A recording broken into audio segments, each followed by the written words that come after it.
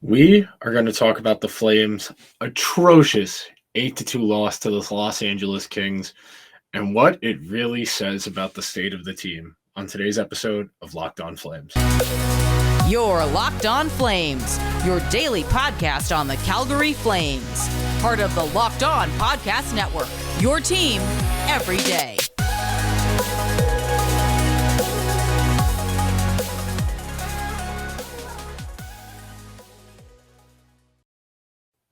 Hello and welcome to another episode of Locked On Flames, your host for the week by myself, big boy responsibility, Nick Zararis. It is very late on the East Coast where I'm recording tonight's episode. Stayed up and watched the Flames get absolutely throttled in their biggest game of the season against the Los Angeles Kings out in LA, where my usual co-host, Jess Belmosto, is. She was at the game. Very, very funny. She was sitting next to John Legend, which only consolation for the game and how it went tonight for the Flames. I want to thank everybody tuning in, making Locked On Flames your first listen of the day. This is your podcast. We cover your team, the Calgary Flames, every single day.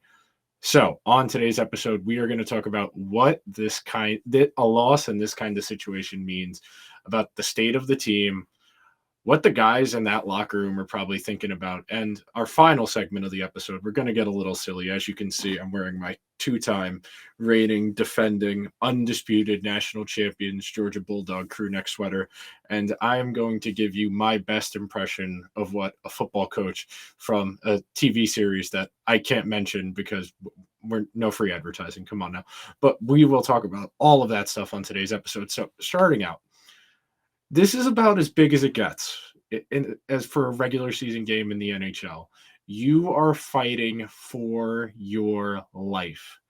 Every single person, from the guy who sharpens the skates up to the coach, the GM, the owner of the team, every single skater, both goalies, the healthy scratches, everybody knows how important this moment is, how big a moment this game is.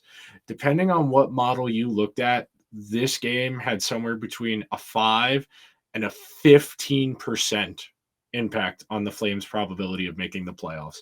We are talking massive swings in terms of results.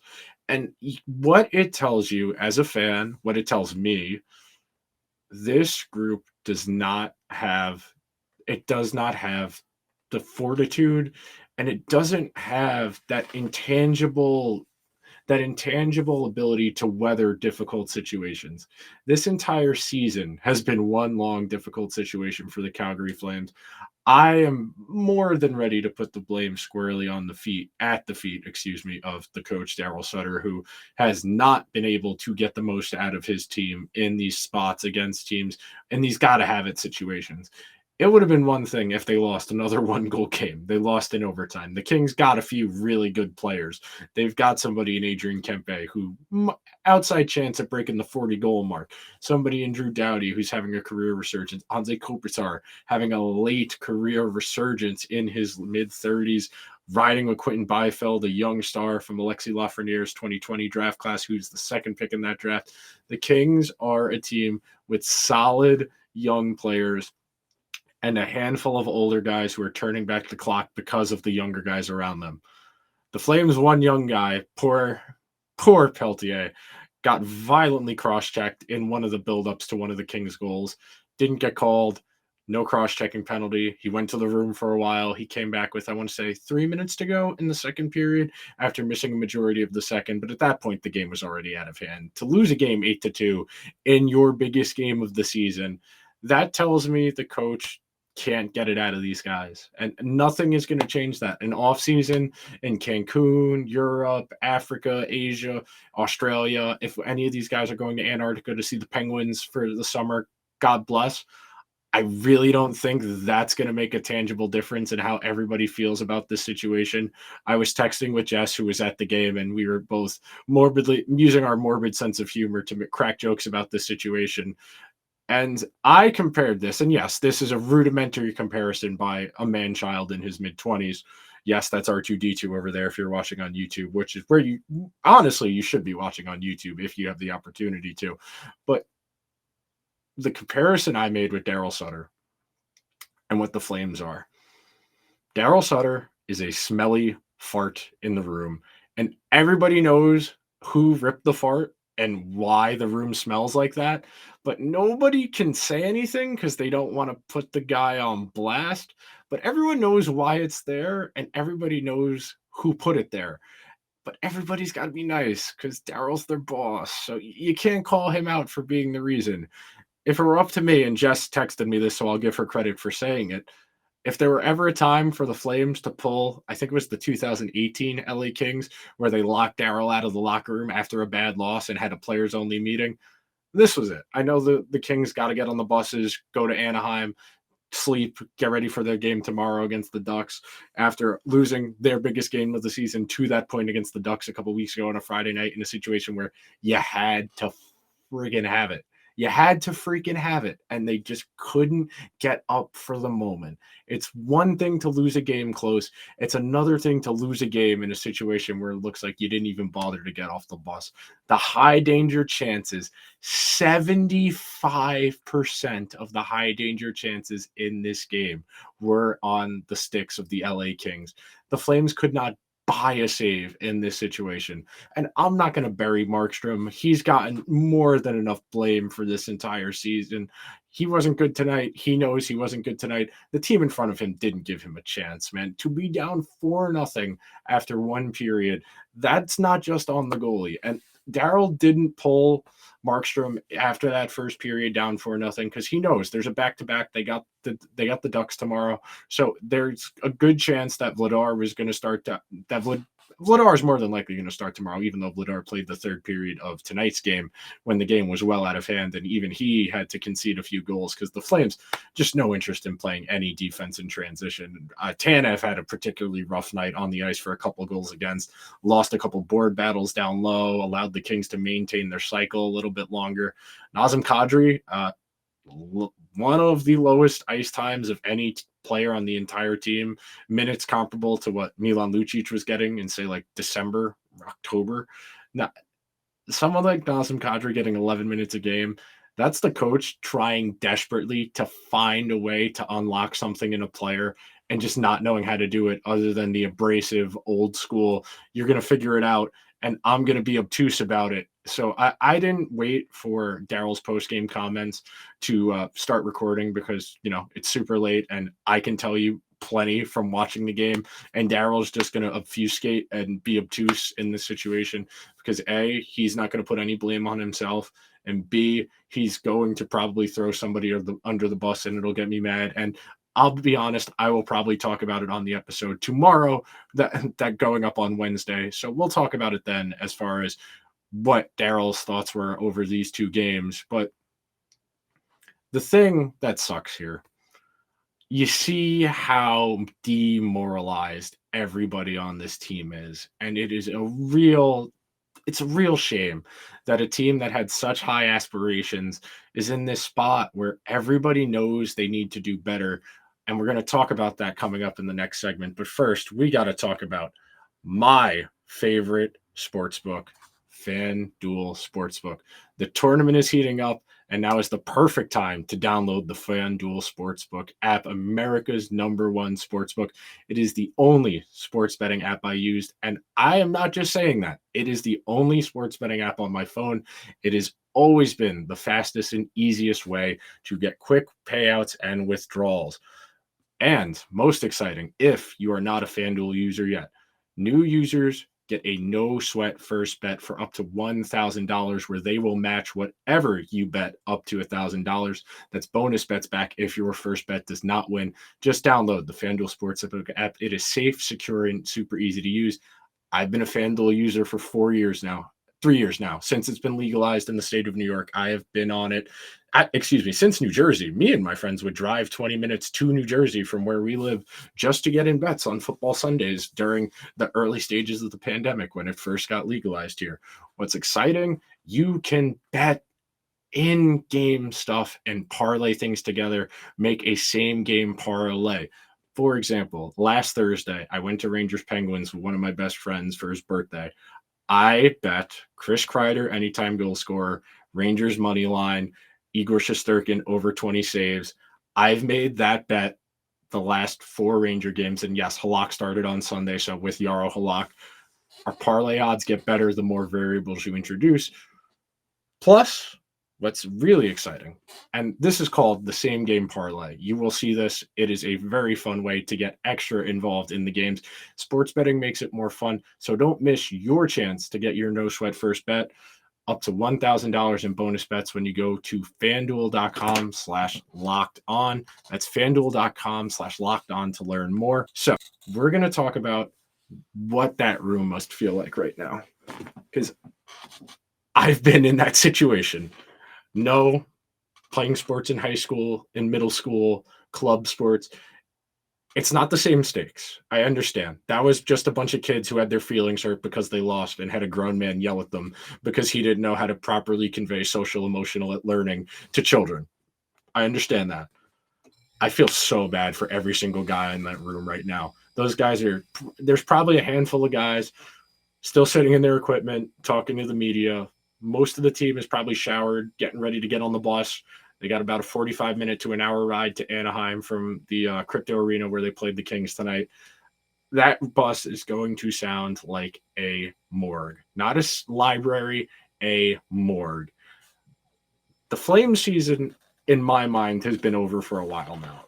On yesterday's episode, I left the window open a little bit because the Jets have played so poorly, because the Jets lost to the Blues on Sunday, because the Flames had this opportunity in front of them where all they had to do was win a couple of games, not all of their games, a couple of these games while the Jets keep losing.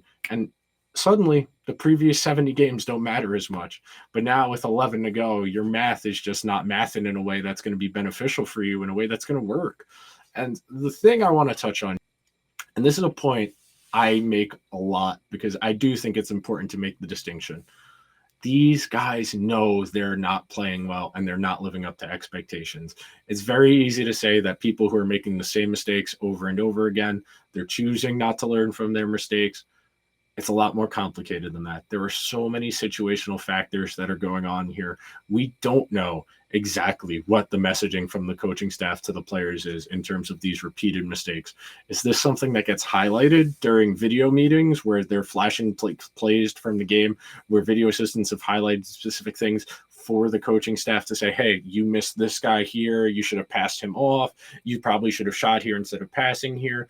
Or is this a situation where, because things haven't worked out so well and they know how fragile these guys are, they've kind of adjusted the messaging where they're focusing on the good stuff to try and build these guys back up because their confidence is so low? This is something I'm going to talk about in the third segment, where I'm going to give you my best Kirby Smart impression and try and gas this group up because they desperately need it. It was really nice. During the first period, I was watching the Flames feed on Sportsnet, ESPN Plus, godsend for hockey people like me, able to watch the game with the Sportsnet feed, so I get a good bit of flavor for what the vibe is. They talked to Flames legend Lanny McDonald after the first period where the Flames were down 4-0. He was wearing a Jonathan Huberdeau jersey, and I forget which host during the intermission had asked him why he wore a Huberdeau jersey, and Lanny said, because he needed some love. He knows Lanny McDonald said, I know he's had a particularly hard time, but I wanted to be there and say, hey, man, you're going to figure this out eventually. And that probably meant a lot to a guy who is probably hurt pretty bad from people around the team, from fans who's probably had things sent to him by friends and family that people have said about him on social media. So it probably did mean a lot to have somebody of Lanny McDonald's stature come up to him and probably say, hey, man, you're going to get through this. You've gotten this far in your career with your God-given abilities. You will figure this out eventually. It might not be this season, but you can't spiral the rest of your career based on one poor season. Everybody in that room knows the expectations were a lot higher for this group than what they're at currently. It's a real disappointment, but that doesn't mean there aren't things you can learn from this entire situation. And that's really what I would focus on here if this were my team, if I were coaching this group. It's very straightforward. There's 11 games left this season. The guys who are still plugging away, you are sending a message that you want to be here. Noah Hannafin go crashing the net in that situation where they're down a bunch of goals. Yeah, you could choose to focus on that he left the point and it would have been an odd man rush going back the other way that they'd been conceding all night. but at least he showed you something, man. He went to the net, banged that puck in, and said, "I might be not, we're not winning this game, but I'm leaving here with something." And that is commendable. That is somebody that shows you that they care. That is somebody who's not just going to roll over and die these last 11 games. And that's somebody you can say, I'm proud that guy's on my team, because even when things are bleak as they are in a game that you lose 8-2, Noah Hannafin at least went down low, banged a puck in the net that I believe Blake Coleman was on the ice for. But I believe Blake Coleman was the one who got the puck to the net front initially, and then Noah Hannafin banged it and passed him. At some point, you can't keep saying they're unlucky. And this is something, as a stats person, I've really kind of tried to parse through all of the data for their season and try and figure out what exactly hasn't worked, because the Flames' underlying numbers are pretty solid, and it's shooting percentage and save percentage. Those are variant stats, meaning they really kind of ebb and flow throughout the season based on a bunch of different factors. But being that there's 11 games left in the season, this is no longer, hey, they're unlucky. This is who the Flames are. They do not shoot the puck well enough to make up for their low-quality scoring chances. They do not have the goaltending to make up for any defensive deficiencies. Both goaltenders are under 900 save percentage this year. For a team that considers it's a playoff team, that is unacceptable. I talked about this on yesterday's show. That would be the lowest save percentage of any goalie, any starting goalie, of which Markstrom going into tonight's game was, I believe, an 8.94. That would be the lowest save percentage of any goalie to make the playoffs. And more, I honestly did not find a goalie under 900 on a team that made the playoffs, as who made the majority of their starts of that team, dating back to, I believe it was 2008. And then I stopped looking back, because that's more than enough of a sample to kind of indicate, hey, this is a supreme outlier. And the fact that the Flames are only still alive is more of a testament to how mediocre the NHL at large is, as opposed to it is a testament to the Flames being in a mediocre NHL than that the Flames are finding ways to survive, because they're not. To get as unlucky as they've been, this is who they are. And I wrote down the stats here because Sportsnet had this graphic up during the game. The Flames have played 41 one-goal games. That's the most in the NHL. They have 26 one-goal losses. I know on yesterday's show I had said 27. I'd miscounted one. It happens. This is called accountability. We acknowledge when we're wrong. That's good journalism. 77 posts. That is the most of any team in the entire NHL. They have had 0.0 third period comebacks. And the last stat I have, this one doesn't move me as much. They have lost 21 games where they outshoot the team by more than 10. That stat doesn't move me, because the Flames are a volume team, not a quality of chance team. So they're always going to be flinging pucks at net. And in games where they're behind and the Flames goal differential is now negative after tonight's game, you are going to be taking a lot more shots, and the other team's going to invite you to take shots from wherever you want, because those shots aren't good. If you're shooting from outside the circles, the blue line, those shots don't have a great chance of going in. That stuff, that doesn't matter. It doesn't matter. The Kings are happy to let the Flames shoot from wherever they want. Granted, the Flames finished the first period down 4-0 with 3 shots on goal for the whole period. It's not great. And coming up next, you're about to hear my impression of how I would go into that room trying to coach this group up, with my best Coach Taylor impression in a respectable voice, because it is kind of like the middle of the night. But before we do that, we have got to talk about Built Bar. If you are looking for a delicious treat but don't want all the fat and calories, then you got to try Built Bar. We're getting out of winter now. Summer's looming. Everybody's getting ready for the pool, the beach, being outside a little bit more. Got to eat a little bit healthier if you want that physique you really want, but you don't want to compromise taste. You don't want to eat something that tastes sterile, artificial, like that bad sweetener you get from some of the chain coffee places. That's why you got to try Built. With Built, healthy is actually tasty. Seriously, they're so delicious, you won't think they're good for you. They are perfect for trying to get extra protein in your diet. What makes Built Bar so good? Most importantly, covered in 100% real chocolate. Yes, real chocolate. They come in good flavors like churro, peanut butter brownie, and coconut almond. I'm not sure how they do it, but the bars taste like candy, and they have great macros. As a gym bro, the macros are important to me. 130 calories, 4 grams of sugar, 17 grams of protein. You're supposed to get half of your body weight in grams of protein per day. 180 pounds, 90 grams of protein per day, 17 in a Built Bar.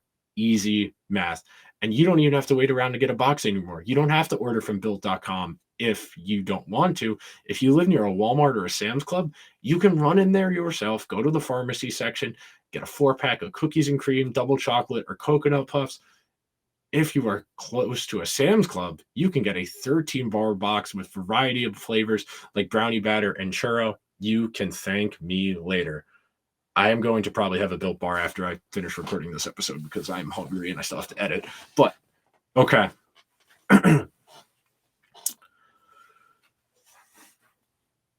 Let me tell you something.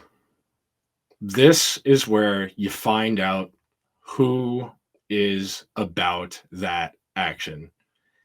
Everybody is writing you off. The media, the Twitter finger folks, the podcasters, the bloggers, the national media people. Every single person has written you off and said the season is over. Prove them wrong. We know we had higher expectations than this season, okay? We thought we were going to be playing for the Stanley Cup. That goal may not be attainable anymore, but what can we play for?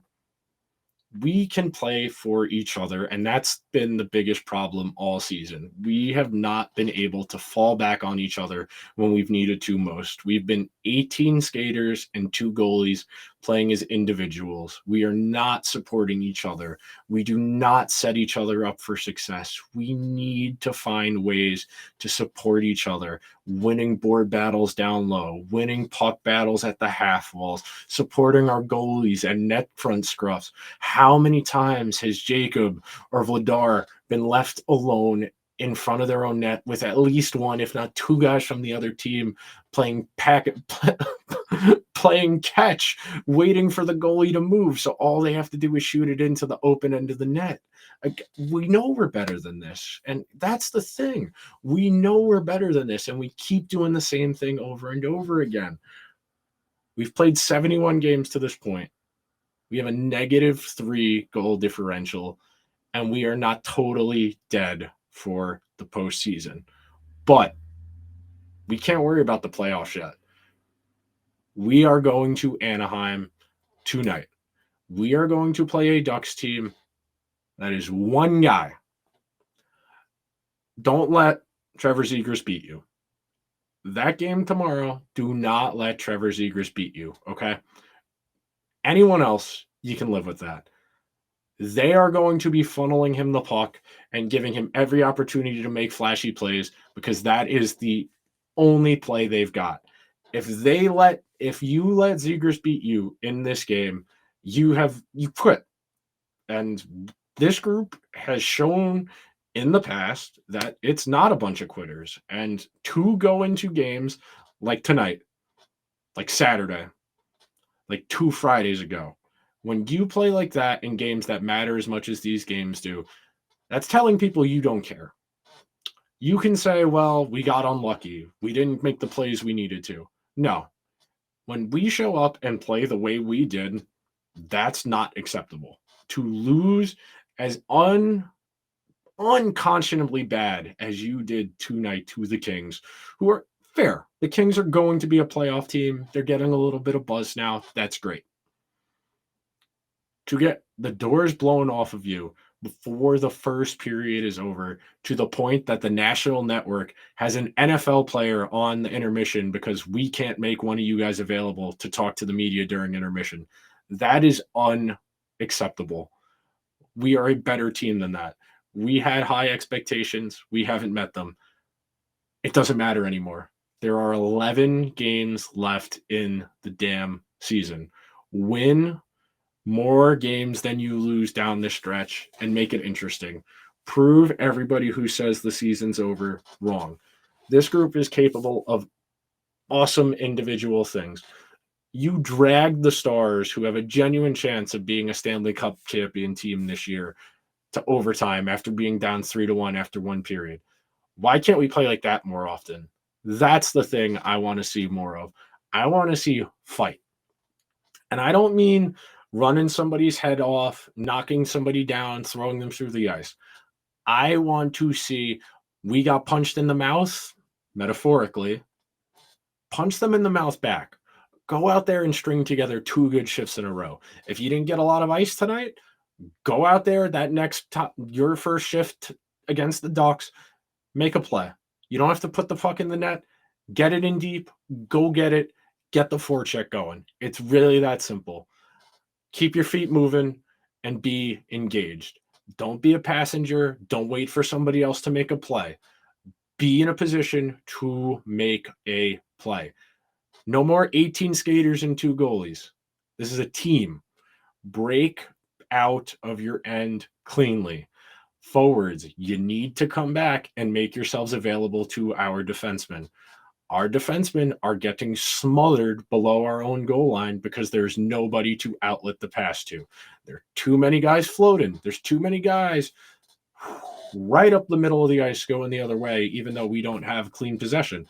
Where's the D supposed to go with it if everybody's at the blue line and they've got somebody breathing down their neck? What do you want them to do? Ice it? And then we have to do this all over again? No. Come on. This group has more than enough talent to play at a level, to show up and be competitive almost every single night. That's the goal here. You compete and you show up every single night. No more blowouts. Losing, that's one thing. Not showing up, that's not okay. That is simply not okay. And something's got to change around here. It's that simple. And there's 11 games left to say those previous 71 games don't matter. Prove it. Go out there, stomp a mud hole in the Ducks, and show something that this group has some fight left in them. Then we can start talking, well, if Winnipeg keeps losing and we keep winning. We'll worry about that when you guys can manage to win one of these close games. We can do it. Will we do it? That applause was for myself. It's the middle of the night. I've been up an ungodly amount of hours after getting like 5 hours of sleep last night. That was for me again. I'm sorry. Leaning into the bit a little bit too much here. I did watch Monday Night Raw before the Flames game too, so a little fired up, but it's fine. I want to thank everybody for tuning in to today's episode of Locked On Flames. Make sure you are subscribed to the show wherever you like to get your podcast. We're available on all the major podcasting platforms. We're also free on YouTube. Join us in the comments section. Vote in the polls on YouTube. All of that good stuff. I will be back with you guys tomorrow. Thank you for making Locked On Flames your first listen of the day. Your team every day. Go check out Locked On Ducks. It might be bad here for the Flames. It is so much worse for the Los Angeles. They are not the Los Angeles Ducks of Anaheim. They're not the baseball team. Speaking of, Mike Trout, Shohei Ohtani, Tuesday night, be flicking back and forth between the Ducks Flames, and that, because Pointman TV. I'll see you guys tomorrow.